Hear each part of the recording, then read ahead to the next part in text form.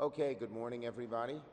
And let's say, go Giants, go Bills, go Jets, in that order.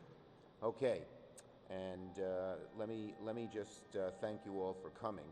Now, as everybody knows, on Friday, the House passed the BBB bill.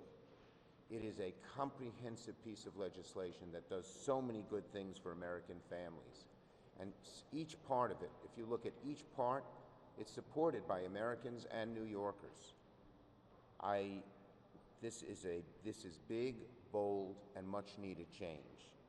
When the government does big things, it's not easy. It takes a lot of work and a lot of negotiation, and it's made all the harder because our Republican friends are intransigent against this bill.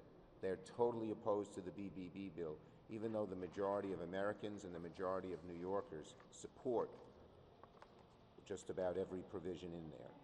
So why are we here today? There are so many provisions in this bill, but I want to focus on one.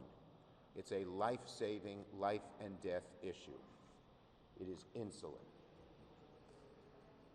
Tens of millions of Americans depend on insulin. Diabetes is the second most prevalent disease in America and the third most prevalent cause of death. So diabetes is essential. Insulin is essential for those with diabetes. I know my father-in-law passed away of diabetes. He was a cab driver and he died of diabetes. But we are here today to tell the GOP to lay off, to not attempt to kill this provision. What does the provision in the bill do? It reduces the cost of insulin from $300 to $600, or let me put it away. What does this bill do? It reduces the cost from as high as $600 an injection to $35. That's what it used to be. 10 years ago, insulin was cheap and easy and accessible. But all of a sudden, it's gone up 12, 15, 17% a year, so now it's as high as $600. And this is not a drug on patent. This is not one of those things that's protected by patent. So there's no reason the cost should be so high. So today I'm announcing that as Majority Leader, I will do everything I can to keep this provision in the BBB bill and get the cost of insulin down to $35 an injection.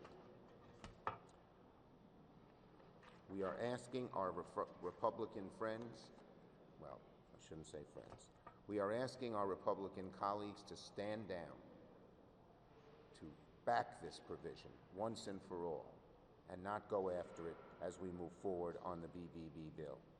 Millions of Americans with diabetes stand with Democrats and with me on this one. So does the American Diabetes Association. So does the Endocrine Society.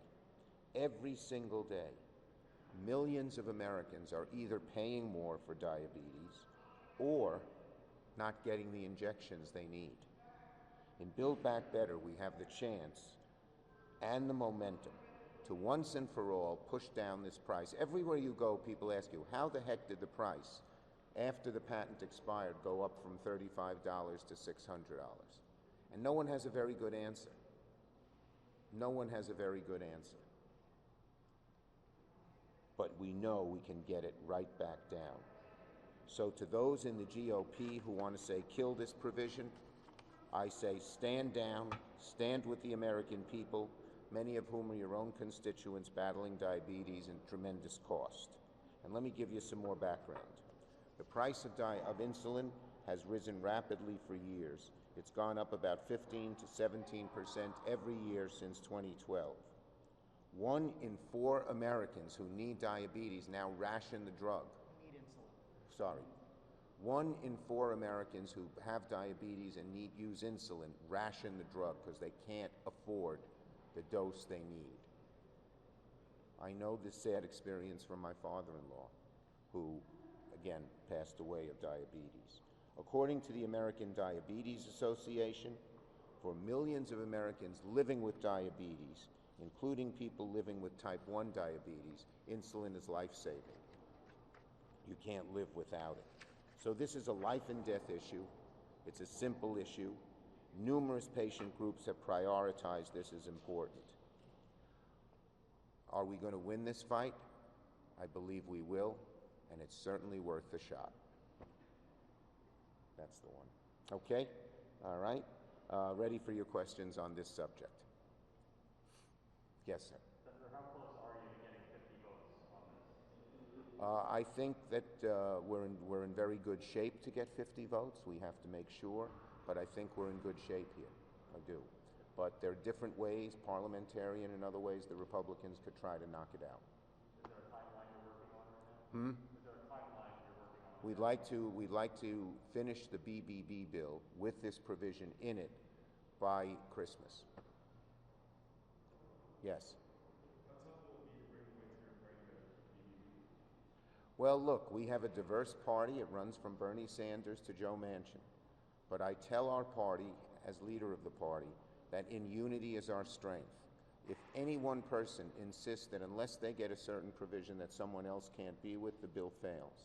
So far, on all of the major bills we've had to pass, most recently the ARP, which was another large $1.9 trillion bill with so much in it for the American people, and it rescued us from COVID, got the vaccines out. We stayed unified, even though we didn't get Republican votes. Okay? Is there a risk of this getting watered down too much where this doesn't become as transformative as the original bill? Look, everyone knows the House did a very strong bill. Everyone knows that Manchin and Sinema have their concerns, but we're going to try to negotiate with them and get a very strong, bold bill out of the Senate, which will then go back to the House and pass. Okay? Thank you, everybody. Have a nice day.